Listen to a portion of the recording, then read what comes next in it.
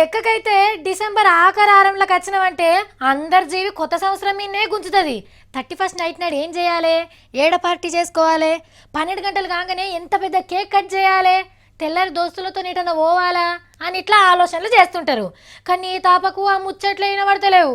31st కంటే మొదలు 30 ఎప్పుడు వస్తుందని ఎదురు చూస్తుండ్రట. యాదుంది కదా, ఈ శుక్రవారం దాకానే నోట్లు మార్చుకునే ఛాన్సు. అంటే రేపు ఎల్లుండే. ఏమైతుంది, ఆఖరినాడు బ్యాంకులేద్దాం తీయని లాపరువు చేశారు. అందరు మీ లెక్కనే అనుకొని ఒక్కపారే బ్యాంకు మీద వడిరా అంటే ఇక ఉంటది చూడు గోస.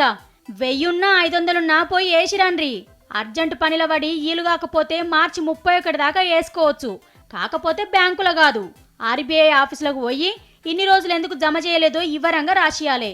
వాళ్ళు ఇచ్చుల కచ్చకాయలు అడిగినాకనే తీసుకుంటారు, కానీ మీ మీదో నజరేస్తారు. మళ్ళా చెప్తున్నాం, మార్చి 31 నాడు లాస్ట్ డేటు. అప్పటికి కూడా ఒడగొట్టుకోలేదనుకో ఇక మీకున్నట్టే పో. పాత నోట్లు కనబడితే గుంజుకపోయి జైల్లేస్తారు. 4 ఏండ్లు షిప్పకూడే.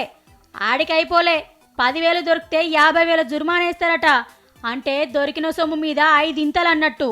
1,00,000 దొరికితే 5 లక్షల ఫైన్ కట్టాలి సచ్చుకుంటా. పాత నోట్లు దొరికినా ఫైన్ మాత్రం కొత్త నోట్లతోటే కట్టించుకుంటారు సుమా. అయినా ఇంకా పాత నోట్లు దాచుకునేటోళ్ళు ఎవరున్నారు సారు? ఇంట్లుంటే అష్టదరిద్రం అని ఎన్నడో బ్యాంకులో పడేసి వచ్చిండ్రు. లైన్లో నిలబడలేక దాచుకున్నోళ్ళు సలిమంటేసుకుంటారు. డబ్బాలిస్తే పాన్లు కట్టిస్తారు, వీళ్ళకిస్తే పల్లీలు చుట్టిస్తారు, దుకాన్లిస్తే మిక్చర్ పొట్టని చేస్తారు. అంతేగాని జైల్లేస్తామన్నాక ఇన్కమ్ ట్యాక్స్ వాళ్ళ కంట్లో వడనిస్తారా? మీ ఉరుకులాట కాకుంటే పుసుక్కున గట్లనే గరీబోళ్ళింట్లో దొరికితే అవి తప్పకుండా నల్లమారాజులయ్యే అయి ఉంటాయి. దొంగతనంగా దాచిన పైకం కాలబెట్టలేక షింపయ్యలేక తీసుకొచ్చి మందిళ్ళల్లో వేసిపోతే మాత్రం ఆ ఇంటోలను పట్టుకోవద్దు చూడుండ్రి.